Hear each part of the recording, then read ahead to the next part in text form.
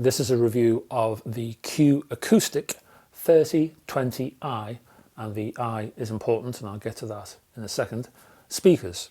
This is a pair of stand mounted speakers, so you will need a good pair of stands to go with this. Just because this type of speaker is sometimes referred to as a bookshelf speaker, it doesn't mean you should put them on a bookshelf, and I wouldn't do that. I also wouldn't put them on the floor, and I would use proper stands. What you get with proper stands is a tightening and focus of the bass, and that will occur with these speakers. And you will lower noise, you will increase information and more clarity. Lots of good stuff, basically. But if you're going to buy the 3020i speakers from Q Acoustic, make sure you budget for a pair of stands. Now, if you want more advice on stands, I will be doing videos in the future, but if you want some immediate advice, ask me below and I'll help you, but let me know about your budget, because you can get different priced stands depending on how much cash you've got. Now, these particular speakers are priced around £250. You may be able to get them cheaper. It might be worth your while hunting around on the internet to try and find a better deal. But in a broad sense, £250 is what you're going to be spending for these speakers. Now, these speakers are not exactly new, but I wanted to put them on the channel because I consider them pretty important for the sort of speakers they are and for the price range that they fit. So I wanted them on the channel. But in addition to that, Q Acoustics recently announced that they're going to be releasing the next step up from the 3020i's, called the 3030i's. This will be a step up in performance, but also a step up in price, and I will be reviewing the 3030i's when I can get hold of a pair, which is not just yet, I'm afraid, but as soon as I can grab one, I will put the review on this channel as well. The 3030i's are supposed to move the sonic performance on a pace, but we'll see, and I will weigh up just what that means in terms of difference and whether the 3020i's are sufficient for your needs around this price point. I'll do a quick A/B comparison, but I wanted to get the 3020i on here in the first place to do that A/B comparison.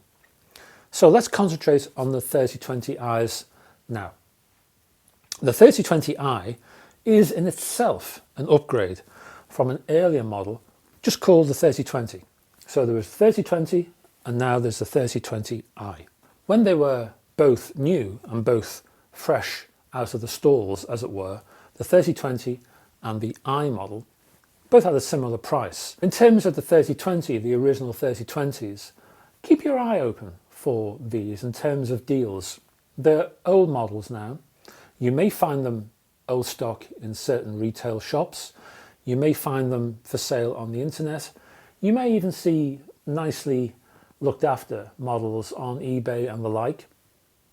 They're well worth considering because the 3020s in themselves are excellent speakers. The I changes things slightly, and we'll get to how they do that in a second. The 3020i, which can also be wall mounted, I have to add, is really moving away from that 3020 resemblance, that sort of family resemblance, that family connection. The I sort of moves quite away from that.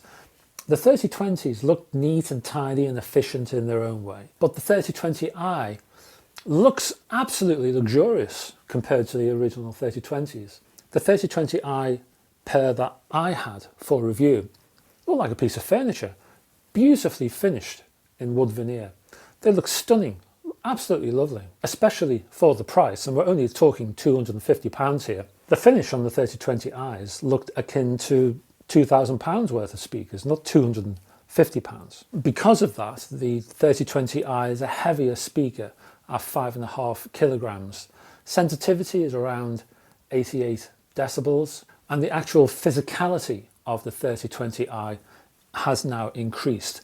So the 3020i is around 25% larger than the original 3020s. Inside the actual cabinet, there's what's called P2P bracing, which helps to enhance the strength of the speaker itself. On the front, there's a tweeter, 22mm, and underneath there's a mid-bass unit of 125mm. The tweeter is apparently a decoupled high-frequency dispersion unit, which apparently helps to disperse the sound over a wider field of view, as it were. On the rear, you'll find some brand new binding posts, well, new compared to the original 3020s. The new binding posts have been integrated into the cabinet, which is supposed to, again, enhance the structure. In the past, the binding posts were almost stuck on, as it were, leaving a hole for the binding posts to sort of fit in. What you have now are a pair of more integrated binding posts, which apparently add to the strength of the cabinet. The look of the actual speakers, as I say, is very nice indeed. They come in a variety of colours. There's black and white, there's a sort of charcoal grey and a wood finish.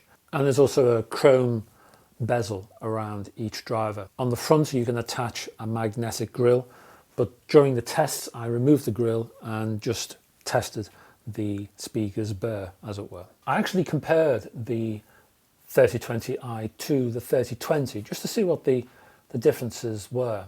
The 3020i's response was quite fascinating, especially when compared to the previous model. The original 3020 is quite dry in the upper mids compared to the i, which puts some emphasis on the 3020's detail.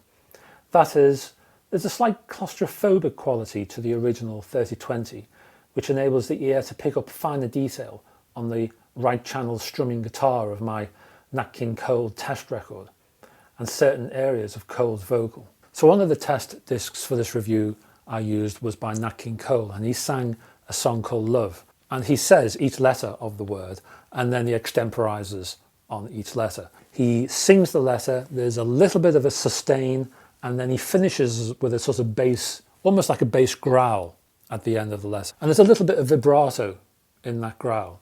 The 3020, the original one, I would say better handled that bass growl than the i. So it's easier to hear that vibrato and it's easier for the ear to track it. In some ways, the 3020 adds and enhances the precision of that music in a better way than the i.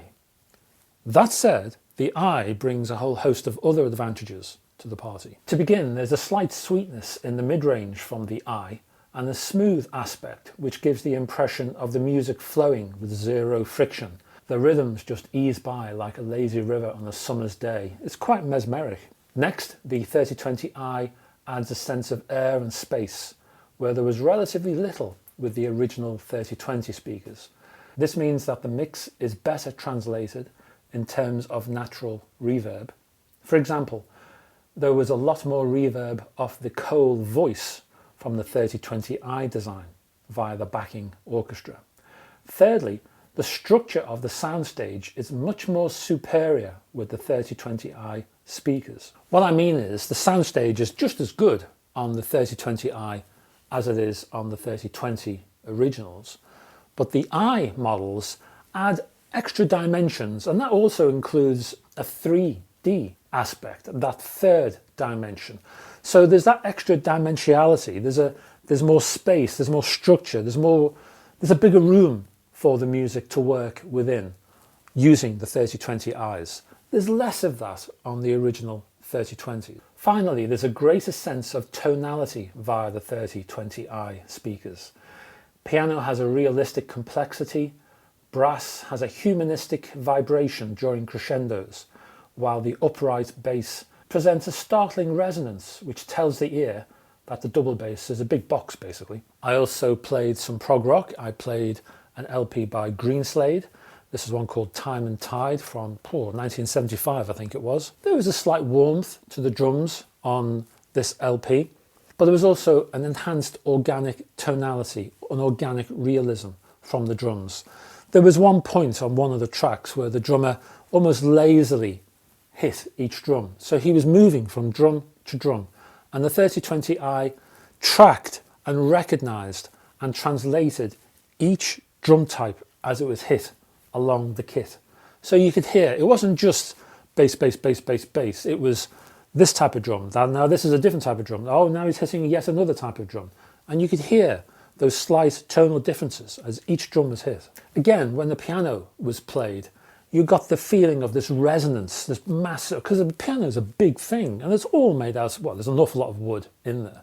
And when that vibration flows through that big frame, so you could hear that through the 3020i's, there was a real sense of realism through these speakers. If you prefer a slightly drier sound and hence more focus on pure detail, then you might want to stick with the 3020 originals. That said, apart from the slight smoothing sweetness from the 3020i speakers, there's so many new extras and sonic benefits that flow from the 3020i designs that you really shouldn't be disappointed. So there's no nasties from the 3020i. There's real discipline across all the frequencies. There's no blooming in the bass, there's no pinching in the treble, there's no barking from the mid-range. Everything is in its place, everything works as it should.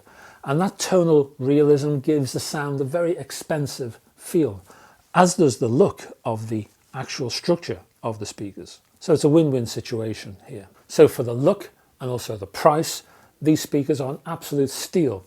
Highly recommended, top of my demo list by far. And I look forward to the release of the 3030i, which, as I say, should be the next rung up the ladder. It would be nice to compare the 3020i's with the 3030i's, but we'll get to that ASAP. Until then, thank you very much for staying with me till the end of the video. If you're interested in buying a pair of 3020i's, I'm going to put down an Amazon link, which if you click on the link, I get a few pennies sort of skimmed off the price, which I'll throw straight into the channel to keep the channel going. Down below in the description box, I'll also put a link to my Patreon page, also other social media platforms I'm on, including my Facebook group. There's a link in there as well for my blog, and there's a whole host of content in there for you to enjoy as well. Thank you very much again. Love to see you on the next video. Until then,